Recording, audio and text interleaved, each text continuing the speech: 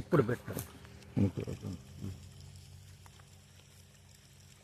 భీముని సమ్మయ్య గారికి ఒక వారం క్రితం ఆర్డి కిల్ అనే మందు 160 లీటర్ల నీళ్లలో 2 లీటర్ల ఆర్డి కిల్ అనే మందును పిచికారి చేయడం జరిగింది.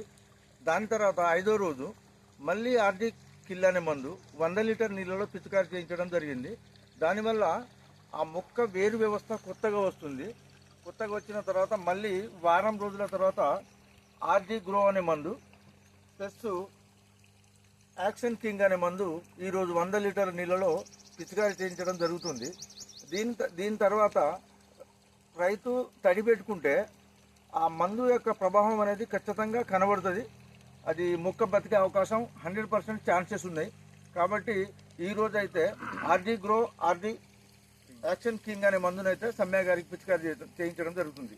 దీనివల్ల గ్రోతింగ్ రావడం జరుగుతుంది, వేరు వ్యవస్థ డెవలప్ ఉంటుంది, దాని తర్వాత పురుగు పోతుంది, దోమ పోతుంది అనే ఈ రకమైన 2 గ్రోత్ ప్రమోటర్లు గ్రీనిష్ రావడం కోసం, బ్లాకిష్ కోసం ఈరోజు ఈ మందు పిచికారి చేయించడం జరుగుతుంది భీముని సమ్మయ్య గారికి.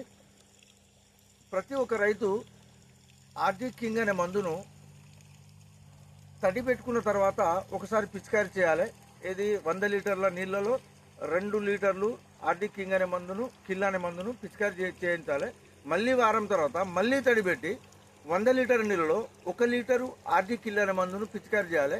దీనివల్ల విల్ట్ అనేది చనిపోయే మొక్క కోలుకొని బ్రతకడం అనేది జరుగుతుంది. కాబట్టి చాలా మంది రైతులు దీన్ని వాడిర్రు. ప్రతి ఒక్క రైతు ఈ విధంగా ఈ ఆర్డి కింగ్ మందును కానీ ఆర్డి గ్రోన్ కానీ యాక్షన్ కింగ్ అనే మందును కానీ ఈ రకంగా దశల వారీగా కొట్టుకుంటే రైతు యొక్క విల్ట్ వచ్చే ప్రభావాన్ని కూడా తగ్గిస్తుంది, కంప్లీట్గా క్యూర్ అయిపోతుంది.